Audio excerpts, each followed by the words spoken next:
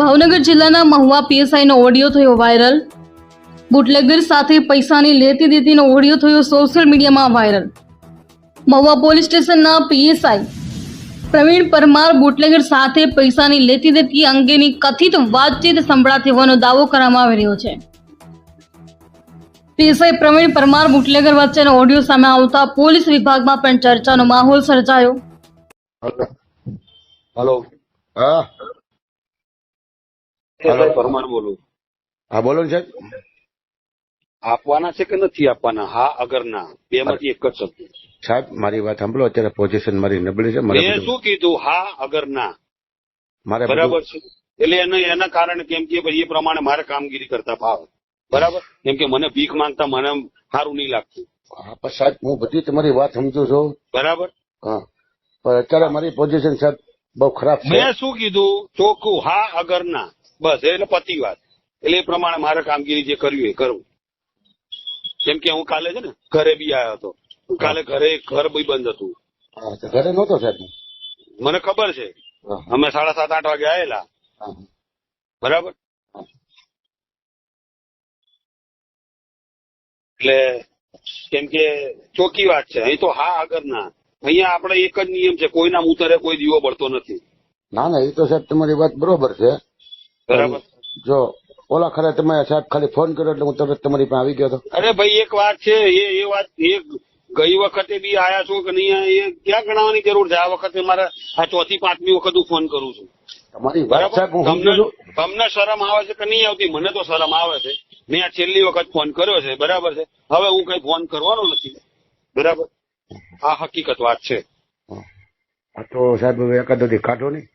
મેં શું કીધું? મને કોઈ ફરક, હું કઈ એક વાત છે, મેં આટલા ટાઈમ નતો પૈસા નતા લીધા તો કઈ મરી નથી ગયો, અને આગળ કઈ મરી નથી જવાનો હું। પણ હું સાહેબ તમને શું કહું, મેં એટલો સમય કર્યો ધંધો કર્યો ને તો મેં પૈસા મોકલેલા છે। હું ક્યાં તમને અરે ભાઈ એક વાત છે, હું એમ કઉ છું મોકલાયા હશે, જે કર્યું હશે એ જવા દો। તમે એમ કહો કે મને નથી મળ્યા, પણ હું તમને તમારે સાહિત્ય આપું તમારા રાઇટર। અરે ભાઈ એ હું શું કહેવા માંગુ છું, એ ભૂતકાળ જવા દો, એ મારે કઈ ગાવું નથી।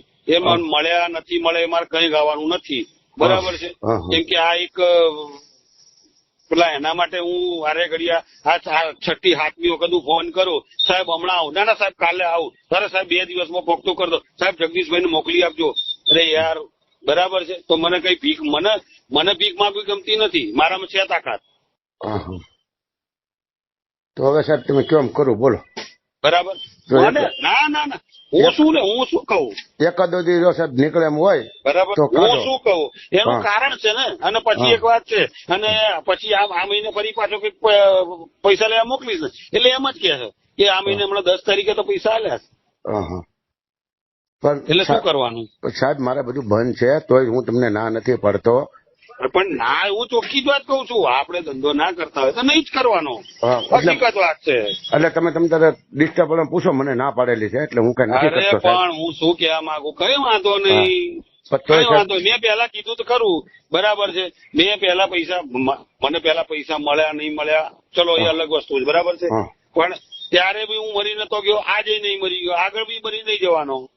પણ હું તમને એમ કહું સાહેબ, તમે એમ કહો કે મને નથી મળ્યા, પણ હું તમને તમારા રાઇટર પાસે રૂબરૂ વાત કરું, બોલા આજુભાઈ એ અલગ એ ભૂતકાળ છોડો, એમાં મારે કાંઈ પડવું નથી બરાબર છે। નકર તમે આજુભાઈ તમારા રાઇટર હતા એ લઈ ગયેલા છે, નરેશભાઈ તમારા રાઇટર હતા એ લઈ ગયેલા છે।